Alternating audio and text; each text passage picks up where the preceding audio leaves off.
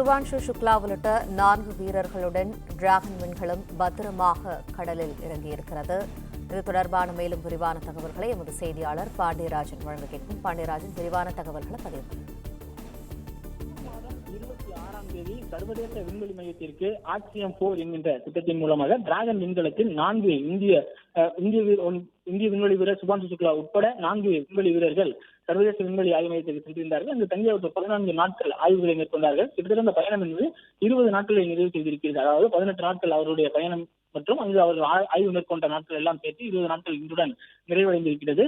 இந்த ஆய்வு என்பது சர்வதேச விண்வெளி ஆய்வு மையத்தில் பல்வேறு நாடுகளினுடைய சர்வதேச விண்வெளி ஆராய்ச்சி அமைப்புகள் உள்ளிட்டவையெல்லாம் இணைந்து 60 வகையான ஆய்வுகளை அவர்கள் மேற்கொண்டிருக்கிறார்கள். விண்வெளிக்கு சென்ற சுபான்ஷு சுக்லாவிற்கு ஒரு மிகப்பெரிய பொறுப்பு கொடுக்கப்பட்டது.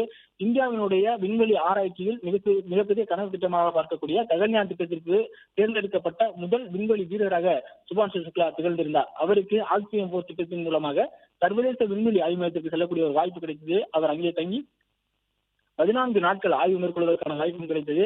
வெற்றிகரமாக பூமியில் இருந்து ஆக்சியம் 4 திட்டத்தின் மூலம் புறப்பட்டு சென்ற சுபான்ஷு சுக்லா விண்வெளி ஆய்வு மையத்தை அடைந்தார். அங்கு 14 நாட்கள் தங்கி இருந்து பல்வேறு ஆராய்ச்சிகளை அவர் மேற்கொண்டிருந்தார். அதாவது விண்வெளிக்கு சென்றதன் பிறகாக உடலில் ஏற்படக்கூடிய மாற்றங்கள் என்ன, மனநிலை எவ்வாறு இருக்கிறது, மேலும் இந்திய உணவுகள் மேலே எவ்வாறு பயனுள்ளதாக இருக்கிறது, இங்கிருந்து எடுத்துச் செல்லக்கூடிய அந்த சிறு தானியங்கள் அங்கு இருக்கக்கூடிய ஈரப்பதம் மற்றும் சூழலுக்கேற்ப எவ்வாறு வளர்கிறது உள்ளிட்ட 12 வகையான ஆய்வுகளை சுபான்ஷு சுக்லா மேற்கொண்டிருந்தார். மேலும் அவருடன் சென்ற 4 விண்வெளி வீரர்கள், அவருடன் சேர்ந்து 4 விண்வெளி வீரர்கள் சென்றிருந்தார்கள்.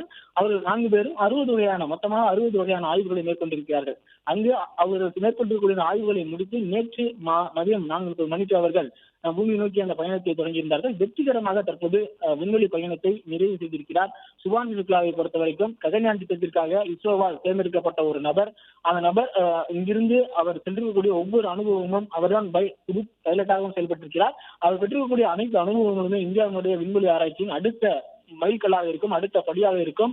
அவரை வைத்துதான் இந்த ககன்யான் திட்டம், அவருடைய அனுபவத்தை வைத்துதான் விண்வெளிக்கு மனிதர்களை அனுப்புவது, நிலவுக்கு மனிதர்களை அனுப்புவது உள்ளிட்ட பல்வேறு பணிகளை முன்னெடுப்பதற்காக இஸ்ரோ ஒரு மிகப்பெரிய ஒரு ப்ராஜெக்டை மேற்கொண்டிருக்கிறார்கள். ஆனால் சுபான்ஷு சுக்லாவுடைய பயணம் என்பது வெற்றிகரமாக தற்போது நிறைவு பெற்றிருக்கிறது.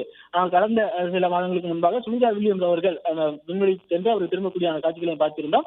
ஒரு விண்கலன் அன்பேக்கிங் செய்ததன் பிறகாக கிட்டத்தட்ட 23 மணி நேரங்களுக்கு மேலாக பயணம் செய்ய வேண்டும். பூமியில் இருந்து 100 கிலோமீட்டருக்கு மேல் இருக்கக்கூடிய வான்பரப்புகளை விண்வெளி என்று சொல்வார்கள். 100 கிலோமீட்டருக்கு உள்ள இருக்கக்கூடிய பகுதி, 100 கிலோமீட்டர் என்பது ஜெர்மன் லைன் என ஒரு லைன் தெளிவாக சொல்கிறார்கள். அது 80 100 கிலோமீட்டர் வரைக்கும் இருக்கக்கூடிய பகுதிகளை அந்த டிராகன் விண்கலம் போன்ற விண்வெளி பகுதியிலிருந்து வரக்கூடிய விண்கலன்கள் உள்ளே வந்ததன் பிறகு அது புவியீர்ப்பு விசைக்கு உட்பட்டுவிடும். அதன் பிறகு அதனுடைய வேகம் இன்னும் அதிகமாக இருக்கும். அங்குதான் சவால் காத்திருக்கிறது.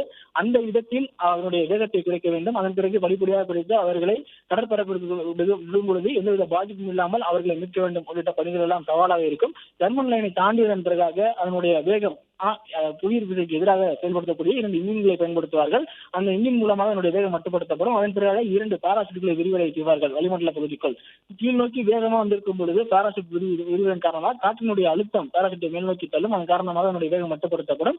27,000 கிலோமீட்டர் வேகத்தில் வந்து கொண்டிருந்த அந்த டிராகன் விண்கலத்தினுடைய வேகம் படிப்படியாக குறைந்து கடற்பரப்பை அடையும் பொழுது அதனுடைய வேகம் என்பது 20 கிலோமீட்டருக்கு குறைவாக இருக்க வேண்டும் என திட்டமிடப்பட்டது.